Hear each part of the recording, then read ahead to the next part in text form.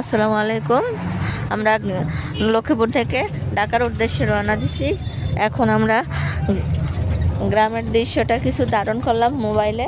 তো আপনাদের কাছে কেমন লাগে সেটা লাইক কমেন্ট শেয়ার করে জানাবেন, আর সাবস্ক্রাইব করতে বলবেন না। ধন্যবাদ।